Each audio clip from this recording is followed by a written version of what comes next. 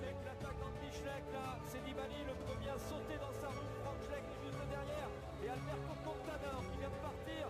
Lansat Franck est lâché. Lansat Franck est lâché.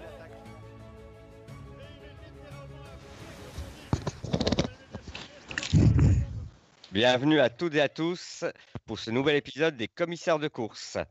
Aujourd'hui, nous poursuivons dans le cadre de nos émissions thématiques, les nouvelles émissions donc d'intersaison, un focus sur l'équipe Lotto Jumbo. Pour ce numéro spécial sont réunis Baptiste. Salut Max, salut à tous. Greg. Salut tout le monde. Et Daniel. Bonsoir tout le monde. Et bonsoir, cher commissaire. Donc oui, focus sur la Lotto Jumbo, une équipe que l'on a vue plutôt à son avantage cette année sur les grands tours. Et la question que j'avais envie de vous poser, c'était savoir si c'était une année faste due à une forme d'alignement des planètes, où toutes les circonstances sont révélées favorables pour elle, ou si finalement le cadre de cette émergence peut s'inscrire dans une plus longue durée et finalement on pourrait peut-être voir cette équipe prendre la place qui aurait dû échoir à la Movistar comme équipe principale, on va dire, capable de contrer la toute puissante Sky sur les grands tours ces dernières saisons. Voilà, donc pour lancer ce sujet, je te propose Daniel de peut-être nous faire une petite présentation rapide de cette équipe et de ces dernières années. Ouais, c'est vrai que l'équipe revient d'assez loin puisque après le départ du sponsor Rabobank vers l'année 2012, suite à divers problèmes, notamment de dopage et voilà, liés à leur image, l'équipe a connu quelques saisons très galères en l'absence de sponsors, de financement sur le moyen ou le long terme. Et donc, voilà, niveau recrutement, on a fait avec des bouts de chandelle pour compléter l'effectif. On prenait des petits coureurs en espérant que ça marche sur les années à venir.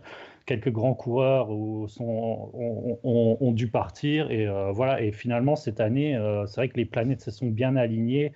Tous les jeunes espoirs qui ont été recrutés ces dernières années, tout ce qui a été mis en place depuis plusieurs années, tout ce qui a été travaillé, a semblé fonctionner presque à merveille cette année. C'était une espèce de conjonction de réussite, puisque à la fois que ce soit sur les sprints et aussi sur les grands tours, sur les classements généraux, quasiment tous les coureurs se sont montrés au niveau. Bon, est-ce que c'est une tendance qui pourra se poursuivre en 2019 ? C'est vrai que c'est une question qui peut être intéressante à être soulevée et je pense que c'est ce qu'on va faire tous ensemble. Voilà, alors là-dessus, du coup, j'ai envie d'enchaîner avec toi, Baptiste, voir ce que tu as pensé déjà de la saison écoulée rapidement, et puis comment finalement toi tu vois l'avenir de cette équipe. C'est vrai que ce que je trouve particulier dans la saison de l'Auto Jumbo, c'est qu'il y a vraiment le sentiment d'une progression générale. C'est-à-dire que l'année 2018 a été très bonne pour l'équipe, mais elle a été très bonne pour en fait plusieurs coureurs de l'équipe. On sent que beaucoup d'entre eux ont passé un palier, voire même plusieurs, en 2018. Donc ça pourrait accréditer la thèse d'un alignement des planètes et d'une saison un peu exceptionnelle.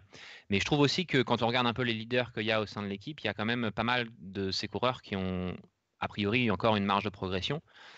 Si je prends par exemple un Dylan Groenewegen au sprint, il est encore assez jeune, il a fait une bonne saison mais pas non plus extraordinaire. Or, on sent qu'il a le potentiel pour faire mieux. Voilà, il gagne 2 étapes sur le Tour de France. On a senti qu'il aurait pu peut-être en gagner davantage avec un meilleur train ou avec plus d'entente avec ses coéquipiers. Lui, un meilleur placement parfois. On sent qu'il a une marge de progression là-dessus et que 2, c'est presque un minimum pour lui. Il peut encore briller sur des classiques aussi. On sent qu'un Primož Roglič qui a explosé cette année sur les courses par étapes d'une semaine, mais aussi sur le Tour de France où il termine au pied du podium. Voilà, on se dit, ce mec-là, il a mieux dans les pattes. Voilà, il a gagné des courses par étapes pour le Tour d'une semaine, il fait au pied du podium du Tour de France. Il a le profil pour gagner un grand tour. Un Steven Kruijswijk qui tourne autour aussi sur les grands tours. Il n'a que 31 ans, donc c'est pareil, lui aussi, il n'a pas complètement renoncé au fait qu'un jour, il monte sur le podium et il gagne un grand tour. Et puis si on va un peu dans les... Il y a d'autres coureurs un peu plus jeunes, je pense qu'à George Bennett qui a pas mal progressé cette saison et qui voilà, est encore très jeune aussi, il a moins de 25 ans. Donc on a comme ça, je trouve, plusieurs éléments de plusieurs coureurs qui laissent penser, je ne sais pas ce que vous en pensez, mais que dès l'an prochain, ça pourrait être aussi bien, voire même encore mieux. Alors, avant de donner la parole à Greg et savoir ce qu'il pense de la qualité de l'effectif, juste revenir sur ce que tu viens de dire sur Bennett. Bennett est un peu plus âgé, il a quand même 28 ans. Ah oui, pardon. Ce qui ne remet pas en cause non plus oui, plus jeune. globalement Oui, ce que tu le as voit dit. plus jeune. C'est vrai qu'on le voit plus jeune. Après, on a quelques-uns comme ça. De poupon. Après, c'est vrai que certains ont une carrière un peu particulière, comme Roglic, c'est vrai. Lui a 29 ans, mais par contre, on pense qu'il a encore une marge de progression, eu égard à son parcours un peu particulier. Il a démarré le vélo très tard et il a commencé finalement très tard chez Adria Mobile, se révélant d'abord comme grimpeur, puis après chez l'Auto Jumbo, d'abord comme rouleur. Enfin, il a montré des qualités lui permettant de nouveau de passer la montagne. Il s'est distingué sur les tours d'une semaine et finalement son arrivée sur le Tour de France avait quelque chose effectivement d'une progression comme quelque chose d'inéluctable, logique, vraiment inexorable. Il y a quelque chose qui s'inscrit dans la durée, je trouve, dans cette équipe parce qu'elle a aussi su compter sur certains de ses cadors et de ses vieux capitaines de route comme Gesink par exemple qui sont restés fidèles au poste depuis des années. Voilà, quoi qu'on puisse penser du coureur, je pense qu'on ne peut pas dire le contraire. Il a aussi su porter l'équipe durant les heures un peu moins glorieuses. Et il y a lui, mais il y en a d'autres. Ce que je veux dire, c'est que finalement, il y a ces noms-là qui surgissent depuis cette année, mais finalement, c'est toute une équipe qui, quand même, on voit avait mis finalement les moyens de se donner cette réussite parce qu'elle a su s'inscrire quand même dans la durée et sans se précipiter à acheter tout et n'importe qui lorsque finalement les choses allaient un peu mieux pour elle. Voilà, c'était juste pour ton avis finalement, Greg, pardon. Ben, moi j'aimerais compléter en disant que finalement pour revenir sur Gesink et Kruijswijk, c'est deux coureurs qui ont une certaine cote de sympathie, je pense. Soit ils sont maladroits, soit malchanceux. Mais bon, je pense qu'il y a beaucoup de suiveurs, il y a une certaine cote de sympathie pour eux parce que, peut-être qu'ils auraient pu faire mieux sur les grands tours. On attend un peu plus d'eux. Mais en même temps, il y a un certain attachement dans leur manière de courir. Il y a quelque chose qui font qu'ils sont différents, qui ne sont pas des robots comme l'on peut voir peut-être dans d'autres équipes. Et qui font qu'ils sont attachants. Maintenant, oui, je vous rejoins sur le bilan plus global. Très positif pour eux avec Roglic qui en 2017 déjà on l'avait vu pointer le bout du nez sur l'étape, je crois que c'est à Serre Chevalier du Tour de France, qui a confirmé cette année sur les courses d'une semaine et sur le Tour de France là encore. Et c'est vrai, la question se pose, est-ce que c'est la Jumbo qui va titiller la Sky l'année prochaine sur les grands tours? Voilà, c'est ça. Est-ce que finalement ce rôle qui aurait pu échoir à la Movistar va échoir à la Lotto Jumbo? Parce que on en a parlé juste un peu vite fait avant l'émission. C'est vrai, on a vu notamment sur la Vuelta, la Lotto Jumbo commencer à prendre certaines responsabilités. Alors peut-être pas non plus toujours avec une très grande efficacité, mais en tout cas, elle a tenté de le faire. Je ne sais pas ce que vous en pensez. Oui, Baptiste, tu veux revenir peut-être là-dessus? Non, je crois que c'est vraiment la clé pour savoir si Jumbo va être une équipe encore plus forte l'an prochain ou aussi forte que cette année. C'est vraiment, effectivement, je pense qu'on peut poser le débat dans ces termes-là. Est-ce que la Jumbo va être l'équipe capable de rivaliser avec la Sky? Et effectivement, ce que je trouve intéressant dans la saison 2018 de l'Auto Jumbo, c'est aussi qu'ils se sont mis dans cette peau-là. C'est-à-dire que quand ils ont jamais, très rarement hésité à prendre la course en main, y compris quand pourtant ils n'avaient pas forcément les armes pour, ou que c'était un peu des coups d'épée dans l'eau. Et effectivement, sur la Vuelta, on les a vus notamment, je pense, dans les 10 premiers jours, beaucoup contrôler la course, on des arrivées au sommet, etc. Puis en fait, pour Bennett, Kruijswijk, et puis finalement, ça marchait pas forcément si bien. Mais voilà, on voyait qu'ils n'avaient pas peur de prendre la course en main, qu'ils avaient confiance en leur leader, confiance en leur collectif. Et je trouve que au-delà de la réussite in fine de ces tactiques-là, ces jours-là, ça démontre quelque chose de l'état d'esprit, d'une envie de prendre les choses en main, de montrer aux autres qu'on est les patrons. Et voilà, ça montre qu'ils se cachent pas derrière leur petit doigt, quoi. Et sur des courses comme la Vuelta, avec des coureurs qui sont pas Kruijswijk et évidemment c'est un très bon coureur et Bennett aussi, mais c'était pas les ultra favoris au départ de la Vuelta, quoi. Donc au lieu de se reposer sur d'autres équipes, ce qu'ils auraient pu faire assez naturellement, ils ont pas hésité à prendre le manche. Et je trouve que ça montre, en tout cas, voilà, un état d'esprit, une volonté d'être, voilà, de s'imposer, de dire, regardez, nous, on est là, on est la Jumbo, on n'est pas n'importe qui. Est-ce que ça aura de la suite? Je ne sais pas, parce que c'est pas un rouleau compresseur à la Sky. La Sky, ils se permettent d'avoir des Gregario qui s'appellent Kwiatkowski, qui s'appellent Pulse. On n'en est quand même pas là chez Jumbo. Donc il y a quand même une différence en termes de budget, en termes de profondeur d'effectif, en termes de qui se met au service de qui. Néanmoins, il y a beaucoup de qualité dans cette équipe. On a parlé des leaders, mais on pourrait aussi parler de quelques coureurs qui pointent le bout de leur nez. Cette année, on a vu des Koen Bouwman, des Sepkus, des Teluk. Poles, on l'a un peu moins vu, mais on en attendait beaucoup de lui. C'était sa première année pro, donc il fera peut-être mieux en 2019.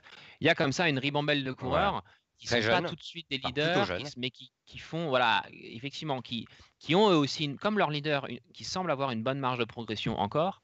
Et je trouve tout ça, j'ai l'impression que ça donne plutôt du crédit à une montée en puissance, à une installation au sommet du peloton, aux côtés de la Sky, grosso modo, et peut-être d'une autre équipe, la Quick Step pour les classiques, quoi. Voilà, ça installe bien la Jumbo tout en haut, je trouve. Daniel, tu voulais intervenir, oui. Ouais, je pense que leur approche, c'est un peu, disons, c'est en forgeant qu'on devient forgeron. Et ils ont une vision assez constante sur le moyen terme. Regardez, par exemple, dans le cas de Groenewegen, c'était sa 3e saison au sein de l'équipe. Dès le départ, ils ont essayé de constituer un train pour lancer ses sprints avec les coureurs qu'ils avaient à disposition. Tous les ans, ils essayent d'améliorer un peu ça ou de réorganiser. En 2018, ça a plutôt bien fonctionné puisqu'il y a 2 victoires sur le Tour de France. Finalement, ils renforcent encore le train, a priori, avec au moins Tony Martin et Mike Tennyson, qui sont deux bons coureurs pour ça. Mais par contre, lorsque en 2016 ou en 2017, on voyait l'équipe peut-être faire le tempo pour un sprint, contrôler l'étape ou peut-être mettre en place le train dans les 2-3 derniers kilomètres, ça pouvait parfois prêter à sourire parce qu'on se disait, bon, quand même, laisser la place à Kittel, laisser la place à Cavendish ou à ceux qui sont vraiment au boss, quoi. Et du coup, c'est vrai qu'en essayant, en gagnant de l'expérience dans les divers domaines, ça permet à terme de tirer toute l'équipe vers le haut et de s'améliorer tout simplement. Et je pense que dans le contrôle des étapes de montagne, c'est un peu la même histoire finalement. Et c'est à force d'essayer et peut-être de se louper qu'on apprend aussi de ses erreurs et qu'on apprend à mieux contrôler les échappées ou des choses comme ça. Ce n'est pas des choses qui s'apprennent du jour au lendemain. Voilà, donc c'est une équation, c'est une alchimie entre les coureurs un peu d'expérience, les jeunes coureurs.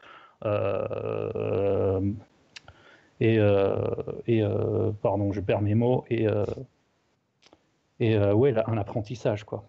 Et collectif comme individuel, d'ailleurs, juste je rebondis sur ce que tu dis, mais c'est effectivement à la fois l'importance de le faire en tant que collectif, c'est-à-dire d'être cohérent en termes de groupe, mais aussi individuellement, ça installe les coureurs dans leur rôle. Celui d'être un leader protégé qu'on amène, etc. Et celui d'être un lieutenant qui a un rôle à tenir de 10 km de l'arrivée à 5 km de l'arrivée, etc. C'est des choses qu'effectivement, on doit s'entraîner pour y arriver. Oui, c'est vrai que pour rebondir là-dessus, pardon, et c'est toujours sur le sprint, mais on a vu cette année Danny Van Poppel qui a été recruté en tant que sprinter numéro 2 pour faire le Giro et la Vuelta. Ni sur le Giro, ni sur la Vuelta, il n'avait pas forcément les jambes pour remporter les étapes.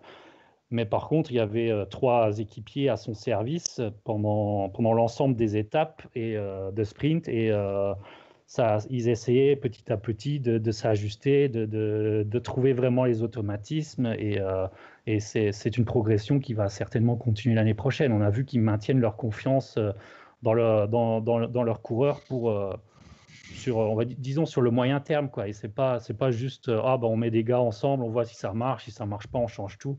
Non, il y a vraiment, je trouve qu'il y a quand même une belle cohérence et une belle constance dans cette équipe.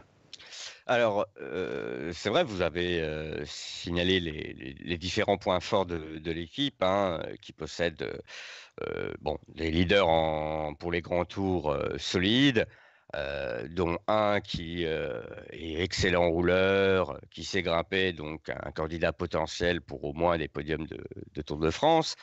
On a des jeunes derrière qui déjà ont montré de belles choses en montagne.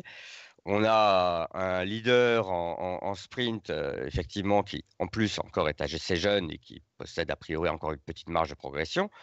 Et justement, ça peut-être à terme, je vais poser la question d'abord à Greg, est-ce que ça ne risque pas de poser un problème pour les grands tours, le fait d'avoir des leaders pour le classement général, un sprinter qui est là aussi pour... parce que même la Sky, aussi puissante soit-elle, en général, ne prend pas le temps de s'accommoder d'un sprinter lorsqu'elle emmène ses leaders sur son grand objectif de l'année, le tour. C'est vrai que la recette qui a marché jusqu'à présent, eh bien, en étant un petit peu alors, en prenant les étapes de sprint pour Groenewegen et en ayant un peu les dents longues sur les étapes de montagne, est-ce que ça marchera tout aussi bien en ayant avec Roglic un favori? Parce que jusqu'à présent, Roglic était un outsider. Maintenant, dans la peau du favori, comment ils vont gérer ça? Est-ce que quand il sera sur le podium, est-ce qu'ils vont pas avoir une position plus défensive aussi au lieu d'être offensif? Ça va changer aussi beaucoup de choses dans la gestion. Et c'est vrai que, après cette année, pour le Tour, il y a un contre-la-montre par équipe. Donc, il y aura quand même beaucoup de rouleurs. Donc, ça ne les dérangera pas. À voir combien de coureurs ils vont mettre au service de Groenewegen pour les sprints. Mais à la rigueur, 2-3 coureurs pourrait peut-être suffire. Mais plus dans la gestion des étapes, plus de montagne. Est-ce qu'ils vont courir bien comme ils l'ont fait jusqu'à présent, c'est-à-dire en outsider, ou est-ce qu'ils vont prendre le rôle de favori, quitte à qu'est-ce qu'ils vont faire si Roglic est deuxième ou troisième? Est-ce qu'on joue le podium, voilà. Ou est-ce qu'on attaque et on joue la première place? Parce que personnellement, je pense que ce n'est pas en roulant, en jouant comme la Sky qu'on peut battre la Sky. C'est pas en allant sur son terrain qu'on peut se révéler être meilleur qu'elle. Comme l'a dit Baptiste, ils ne se battent pas quand même avec les mêmes armes. Ils ont effectivement la chance là d'avoir de bons jeunes, une équipe qui en montagne peut se défendre, mais c'est quand même pas encore de la qualité de la Sky. De toute façon, les budgets ne le permettent pas. Alors, comment vous voyez la meilleure façon pour elle finalement d'organiser les choses? Oui, Baptiste, vas-y. Ouais, effectivement, là, ça peut devenir assez vite conflictuel la situation de Groenewegen sur un Tour de France aux côtés d'un Roglic. Déjà qu'entre Roglic et Kruijswijk pendant l'été dernier, c'était pas forcément la teuf. Si on rajoute en plus un sprinter et une possible victoire finale au Tour de France dans les jambes, ça peut devenir compliqué. On se rappelle du Tour très douloureux, délicat qu'avait vécu Mark Cavendish la saison qu'il avait faite chez Sky, avec en plus le maillot de champion du monde sur le dos, et très frustrant finalement pour lui, il n'était pas resté. Et là, je vais peut-être poser la question d'ailleurs à Daniel, parce que moi je me demande si le salut de Groenewegen, il passe pas du coup aussi par une réorientation vers les classiques. Je le trouve assez timide jusqu'à présent sur les classiques, il y va assez peu. Je crois que l'an dernier, il n'a même pas fait Milan-San Remo, qui a priori est une course qui lui convient. Voilà, je pensais qu'il allait davantage essayer de s'orienter. C'est une équipe où il n'y a pas vraiment de gros leaders pour les classiques, notamment flandriennes par exemple, où il y a quand même beaucoup de sprinters qui s'illustrent, où il y a pas mal d'arrivées en sprint semi-massif. Ça pourrait être un terrain et pour lui et pour l'équipe d'éclate et de bons résultats, et ce qui pourrait peut-être un peu du coup désamorcer d'éventuels problèmes sur les grands tours. Mais il n'a pas l'air est-ce qu'il est réticent et c'est un terrain qui l'intéresse pas? Daniel, qu'est-ce que tu sais là-dessus? Non, je sais qu'il y a peut-être 2 années, il parlait pas mal des classiques et même de Paris-Roubaix notamment. Même cette année, je crois qu'il a disputé et gagné une classique, si je dis pas de bêtises, de tête, c'est Kuurne-Bruxelles-Kuurne, oui, voilà. Oui. Ce genre de classique, ça peut tout à fait lui convenir. Voilà. Les classiques un peu plus relevés, je pense pas quand même. Peut-être Milan-San Remo, effectivement, mais il avait zappé parce qu'il était peut-être en préparation. Même quand il avait tu vois. Ouais, bien sûr, bien sûr. Après, je sais aussi que Danny Van Poppel est réputé un peu plus classic man et même en 2019, je crois qu'il misera aussi un peu plus sur les classiques. Du coup, je pense par déduction que Groenewegen ne va pas lui aussi miser plus sur les classiques parce que ça ferait embouteillage. Donc, à mon avis, le choix a été fait en ce sens-là et je pense que Groenewegen va continuer à tout miser sur le Tour de France et d'autres courses par étapes. Surtout qu'il y a l'arrivée d'un Il y a l'arrivée d'un nouveau jeune là, dans leur effectif cette année, Taco Van Der Horn, qui pourrait lui aussi, je pense, prendre le rôle de leader sur certaines classiques. Il y a Tennyson aussi. Tout à fait. Van Der Horn et Tennyson sur les classiques, ça va rajouter un peu de poids, puisqu'avec les Sol Rosen et Janssen, c'était un peu léger. Puis surtout, il y a aussi le recrutement à venir de Wout van Aert qui rejoindra l'équipe peut-être pas en 2019, on ne sait pas encore, mais en tout cas en 2020. Un feuilleton interminable pour l'instant. Oui, voilà, donc on va peut-être pas s'attarder sur tous les détails, mais en tout cas, pour le coup, ça fait aussi un gros contingent pour les classiques, pour les classiques pavés, pardon. C'est vrai. Du coup, voilà, je pense pas du tout que Groenewegen va trop insister dans ce domaine-là. Et d'ailleurs, même Milan-San Remo, on peut en parler, mais c'est peut-être un peu difficile pour lui, parce qu'il il est quand même pas trop à l'aise avec les boss. Et je pense que son but, c'est plus d'être le gars avec les grosses cuisses qui peut vraiment remporter quelques étapes sur le Tour de France, plutôt qu'un gars un peu passe-partout. Très bien. Écoutez, nous allons nous arrêter là pour la question de la Lotto Jumbo. Je pense qu'on a essayé de faire, dans les limites du temps qui nous est imparti, le tour de la question de la manière la plus complète possible. En guise de conclusion, je vais vous demander à chacun d'entre vous comment vous voyez la saison prochaine, notamment justement sur les grands tours. C'est la question sur laquelle on a quand même plus centré notre étude, nous allons dire. Donc, Baptiste, comment tu vois la Lotto Jumbo l'année prochaine? Je la vois au moins aussi forte que cette année, et sans doute même un peu meilleure, je pense. Je suis assez optimiste et je serais pas du tout étonné de voir un Lotto Jumbo remporter un des 3 grands tours. Daniel?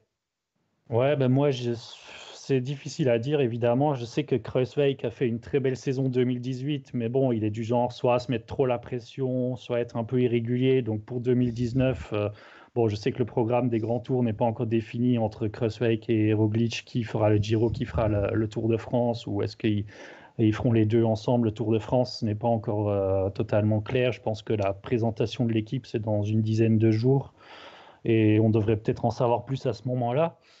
Du coup, en attendant cette répartition-là, c'est vrai que c'est peut-être un peu risqué de miser, par exemple, toute la saison, tout le Tour de France sur le niveau de Kruijswijk, qui lui n'est pas un exemple de régularité d'une année sur l'autre.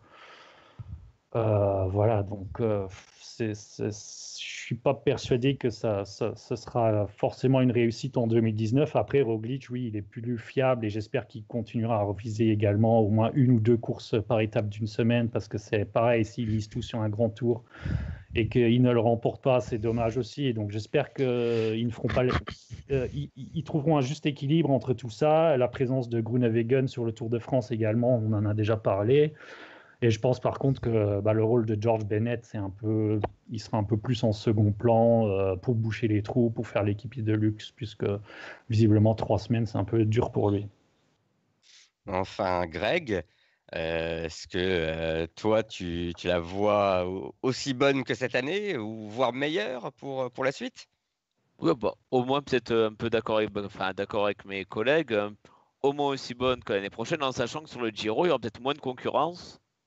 À voir s'il n'y a pas Froome, s'il n'y a pas Dumoulin, s'il n'y a pas Pinot. Peut-être qu'il y a une place à prendre sur le podium. Alors, je dirais pas facilement, car c'est jamais facile, mais il y aura déjà beaucoup moins de concurrence, au moins sur le Giro. Donc, pour un Bennett ou un Kruijswijk, c'est peut-être largement jouable, vu selon la start list pour le Giro. Après, le reste, on verra plus tard. Très bien.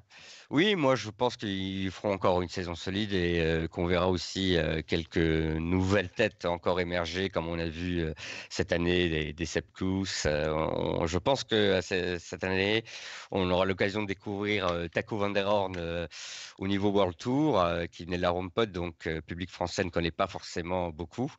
Et je pense qu'il aura l'occasion de se révéler durant les Flandriennes notamment.